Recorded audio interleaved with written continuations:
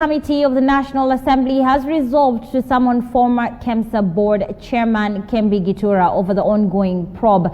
MPs have already raised queries into President Kenyatta's decision to move Gitura from the KEMSA board to the head, or rather to head the board of the Communications Authority. Elizabeth Mutuku reports. The Public Investments Committee at the National Assembly is set to invite former KEMSA board chairman Kembi Gitura after he was adversely mentioned in the ongoing probe. Suspended CEO Jonah Manjari says Gitura, who has since been transferred to head the Board of Communication Authority, influenced a tender which was awarded to Villa Surgical Limited, one of the companies under investigations. And these checks were in the custody of the finance director. So he will draw all the checks, they will be presented to my office, I will sign.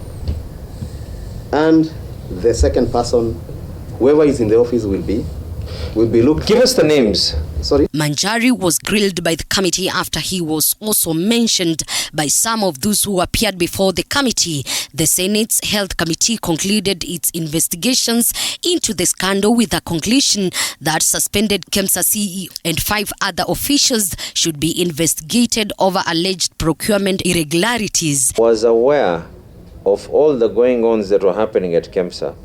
In fact, in your own words, you said that the chair would sit and have coffee or tea, I don't know, but it was a hot beverage, I remember. But he was seated there having tea or coffee, and he would see all these commitment letters going in and out. Retrospective tendering is a sweet word of saying we sanitize.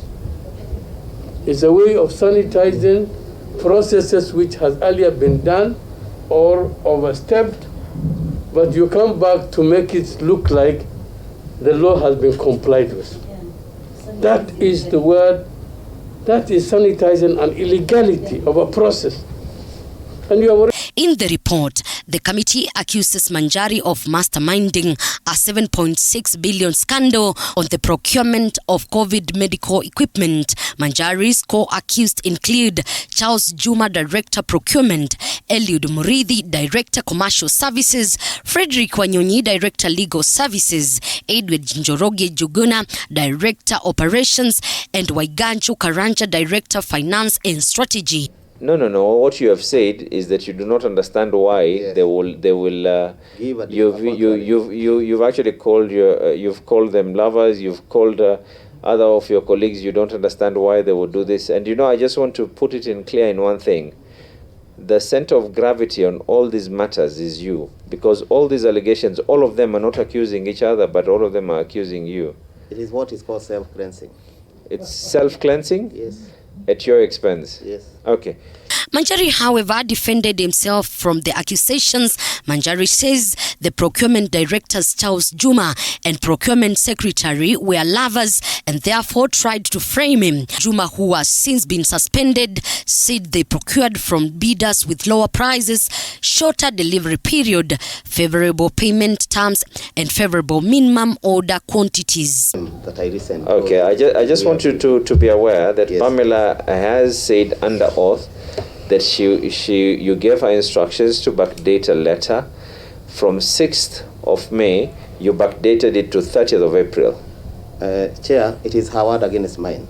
Okay, and the word of Mr. Juma as well. And I would say the word of Mr. Juma as well. Manjari says he didn't act under any duress.